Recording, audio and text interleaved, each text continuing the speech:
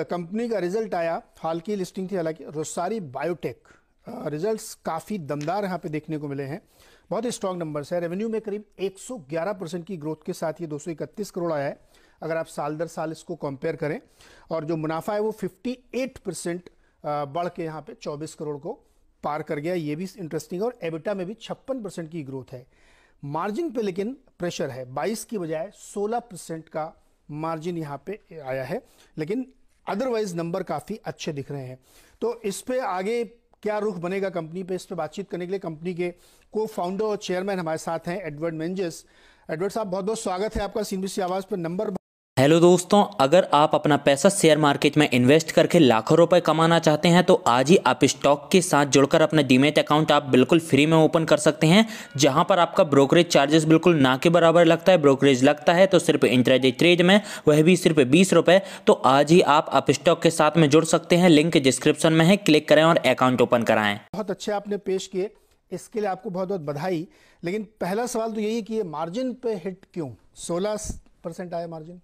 Sir, जो आप margin compare कर रहे हैं वो लास्ट ईयर का फर्स्ट क्वार्टर में मार्जिन कंपेयर कर रहे हैं। और लास्ट ईयर का फर्स्ट क्वार्टर में मार्जिन हाई था क्योंकि तब एचपीपीसी जो हमारा होम पर्सनल केयर बिजनेस है वो बहुत टॉप पे था और अनप्रेसिडेंटेड मार्केट में वैल्यू था।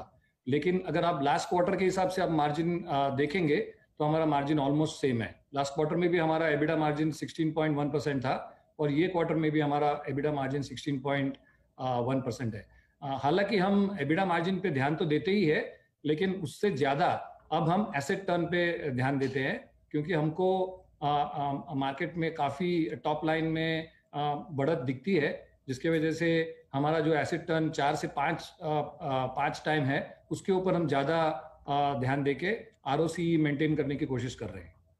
चूंकि हमने नंबर भी वाई ही कंपेयर किए थे, लेकिन एचपीपीसी आप जो बिजनेस कह रहे हैं जिसमें बहुत शानदार ग्रोथ देखने को मिली है, करीब 59% रेवेन्यू उसका बढ़ते ही वाई दिखा है और 22% क्वार्टर ऑन क्वार्टर है। तो ये एकदम हाई एंड पे गया है और आप भी मानते हैं कि ये काफ़ी बेहतर परफॉर्मेंस वहाँ से हुआ है। लेकिन अब जैसे जैसे कोविड का थोड़ा सा कम हो रहा है, अनलॉकिंग हो रही है यहाँ पे, तो क्या इस सेगमेंट की ये ग्रोथ मेंटेन रहेगी?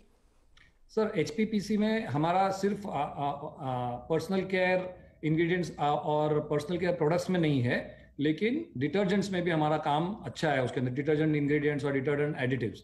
सो डिटर्जेंट्स में बढ़त आई है क्योंकि क्लीनिंग इंप्रूव हुआ है हाउस होल्ड में, और सैनिटाइजर्स और डिसइंफेक्टेंट्स ये हमारे हाउस होल्ड्स में भी पिकअप आया है। इसके लिए ये बिजनेस कंटिन्यू होगा मेरे ख्याल से, क्योंकि ये कोविड कहीं जाने वाला नहीं है और सभी लोग अपना हेल्थ और हाइजीन पे ज्यादा ध्यान देने वाले हैं। इसके अलावा जैसे जैसे कंप्लीट ओपन अप होते हैं इंडस्ट्रीज और होटल्स और रेस्टोरेंट्स, एयरपोर्ट्स, उसके साथ में एचपीपीसी में और भी अपटिक आएगा। ओके, और आपका ये जो टेक्सटाइल स्पेशलिटी केमिकल का बिजनेस है, इसने तो सुपर सॉलिड आउट परफॉर्म किया है और टेक्सटाइल सेक्टर तो अभी चलना शुरू ही हुआ है, तो जरा इसका आउटलुक बताइए आप। एक्चुअली टेक्सटाइल सेक्टर जो 4-5 महीने कंप्लीटली बंद रहा था लास्ट ईयर में, उसके वजह से पेंटअप डिमांड बहुत था मार्केट में। और फोर्थ क्वार्टर लास्ट ईयर का और फर्स्ट क्वार्टर ये साल का, दोनों इसमें पेंटअप डिमांड आने के कारण बहुत अच्छा पिकअप हुआ टेक्सटाइल स्पेशलिटी केमिकल्स। लेकिन फिर से सेकेंड वेव आने के कारण, लोकल लॉकडाउन होने के कारण वो थोड़ा टेपर हुआ है लास्ट क्वार्टर में। हालांकि अब जब बिल्कुल पूरी तरह से खुल रहा है मार्केट, तो टेक्सटाइल केमिकल्स भी बढ़ रहा है। उसमें एक्सपोर्ट्स भी हमारा काफी अच्छा एक्सपोर्ट्स है टेक्सटाइल केमिकल्स में, वो भी अच्छा से पिकअप हुआ है। कभी है वो जो एनिमल हेल्थ न्यूट्रिशन वाला है, जैसे जैसे दुनिया भर में प्रोटीन की डिमांड बढ़ रही है, तो इस सेगमेंट पे खास फोकस है, इसके लिए जो कंपनियां काम कर रही हैं। तो आपकी हालांकि ग्रोथ यहाँ पे अभी क्वार्टर ऑन क्वार्टर बहुत शानदार नहीं दिख रही मुझे, केवल 11% की आई है। ये सेगमेंट बड़ा प्रॉमिसिंग लगता है आपको भी? हाँ जी सर, ये सेगमेंट भी बड़ा प्रॉमिसिंग लग रहा है क्योंकि इस साल में, लास्ट ईयर में पूरे कोविड के कारण कंप्लीट इंडस्ट्री बंद पड़ी थी और उसमें पेंटअप डिमांड जैसा कोई चीज नहीं है। वो लॉस हुआ क्योंकि वो जो खाना पीना था वो 4-5 महीने का जो लॉस हुआ। इसलिए इस साल में हमने देखा है कि भी काफी पिकअप आई है एनिमल हेल्थ एंड न्यूट्रिशन के प्रोडक्ट्स में। और हम ये उम्मीद करते हैं कि भी इस साल हम काफी रोबस्ट परफॉर्मेंस दिखाएंगे एनिमल हेल्थ एंड न्यूट्रिशन में। करेक्ट, दर्शकों के लिए समझने के लिए कि ये सेगमेंट में कंपनी तो इस बारे में काम करती है कि एनिमल हेल्थ, उनके फूड और इनके लिए क्या हो, लेकिन वो एनिमल की इतनी चिंता इसलिए की जा रही है कि वर्ल्ड वाइड प्रोटीन की डिमांड सुपर हाई चल रही है, तो इसलिए इनको फायदा। अच्छा सर, लास्ट क्वेश्चन, 2 एक्विजिशन किए हैं आपने पिछले 1-2 महीने में, इनके बारे में बताइए, क्यों किए और इनसे किस तरह की ग्रोथ की उम्मीद है? तो जैसे हमारा बैलेंस शीट काफी हेल्दी था और हमारे बैलेंस शीट के ऊपर कैश था, प्लस हमने कुछ महीने पहले प्रेफरेंस शेयर्स के जरिए से पैसा रेस किया था। तो वो जो पैसा था वो हमने इससे 2 एक्विजिशन किया, एक यूनिटॉप केमिकल्स का था और एक ट्राइस्टार इंटरमीडिएट्स का था। तो ये 2 इंडस्ट्रीज हमारे ही इंडस्ट्रीज में थे। हमारे जो 4 पिलर है, सर्फेक्टेंट, एक्रेलिक्स और एंजाइम्स और सिलिकॉन्स के दायरे में रहते हुए हमने इसको एक्वायर किया था, क्योंकि हमने ये देखा कि भाई ये हमारा ग्रोथ को एक्सेलरेट करेगा। इसमें काफी अच्छा सिनर्जी है प्रोडक्ट लाइंस में, कस्टमर्स में और हमारे केमिस्ट्रीज के साथ में, और एक्सपोर्ट अपॉर्चुनिटी भी है, क्योंकि ये 2 कंपनी जो है वो कंप्लीटली डेट फ्री है। उसका एबिडा मार्जिन और ग्रोथ अपॉर्चुनिटी बहुत अच्छा है। एक्सपोर्ट में भी ग्रोथ उनका हो सकता है, क्योंकि 30% यूनिटॉप का एक्सपोर्ट है, 50% ट्राइस्टार का एक्सपोर्ट है।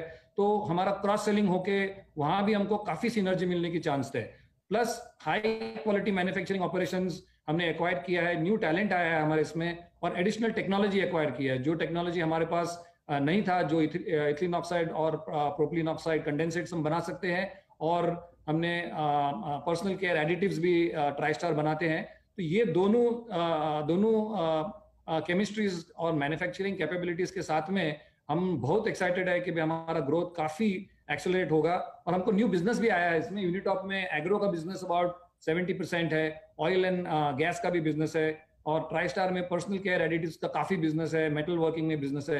तो ये सब बिजनेस ऐड होंगे हमारे टॉप लाइन के लिए। और प्लस रोजारी का फॉर्मिडेबल एक्सपीरियंस है फॉर्मुलेशंस में और एप्लीकेशन नॉलेज में, जिसकी वजह से हम ये लेवरेज करेंगे, ये जो इंग्रेडिएंट बनाते हैं इसको लेवरेज करके हम वैल्यू ऐड करेंगे इंडस्ट्री में। अच्छा, एक लास्ट क्वेश्चन आपसे ये है कि जो प्रोडक्ट आप बना रहे भी, ट्राइस्टार के आपने भी कई सारे केमिकल जो जिनकी प्राइसिंग काफी हाई हुई है और डिमांड भी बढ़ी है, तो आपका अगले क्वार्टर्स में जाते हुए ये जो नंबर्स हमने देखे इतने बढ़िया, ये किस बात पे फोकस होंगे कि प्राइसिंग अभी और बढ़ती रहेगी उस पे, या आप मार्केट शेयर गेन करेंगे, डिमांड गेन करेंगे उसकी वजह से, क्योंकि प्राइस बहुत बढ़ चुके हैं केमिकल्स के? हाँ जी सर, एक्चुअली क्या है, ये नेक्स्ट जो 9 मंथ्स या हमारे पास 8 मंथ्स रहेगा, उसमें हम ज्यादातर इंटीग्रेशन पे ध्यान देंगे। मतलब जो सिनर्जीज है, ये जो 2 कंपनी के सिनर्जीज है उसके ऊपर ध्यान देंगे, और इस कंपनी को हम ज्यादा, दोनों कंपनी को हम ज्यादा डिस्टर्ब नहीं करेंगे। वो जैसा चल रहा है वैसा हम चलने देंगे। हम इस बिजनेस को समझेंगे और रोजारी के साथ में इंटीग्रेट करेंगे, ताकि हमको इसका पूरा सिनर्जी मिले। मतलब इनके कस्टमर्स में हमारे प्रोडक्ट्स बिकना चाहिए और हमारे कस्टमर्स में इनके प्रोडक्ट्स बिकना चाहिए। ये हमारा एक्चुअली फोकस रहेगा, और ऑपरेशनल जो एफिशिएंसीज चाहिए वो उसके ऊपर हमारा फोकस रहेगा, रादर देन इस कंपनी को ग्रो करने का इमीडिएटली। ओके, तो की एरियाज होगा इंटीग्रेशन, केमिकल कंपनीज के लिए बैकवर्ड इंटीग्रेशन या फॉरवर्ड बहुत इंपॉर्टेंट होगा, जो कि एडवर्ड्स आप करने की कोशिश कर रहे हैं, एक्विजिशन भी इसीलिए किया। बहुत बहुत शुक्रिया सर हमारे साथ जुड़ने के लिए।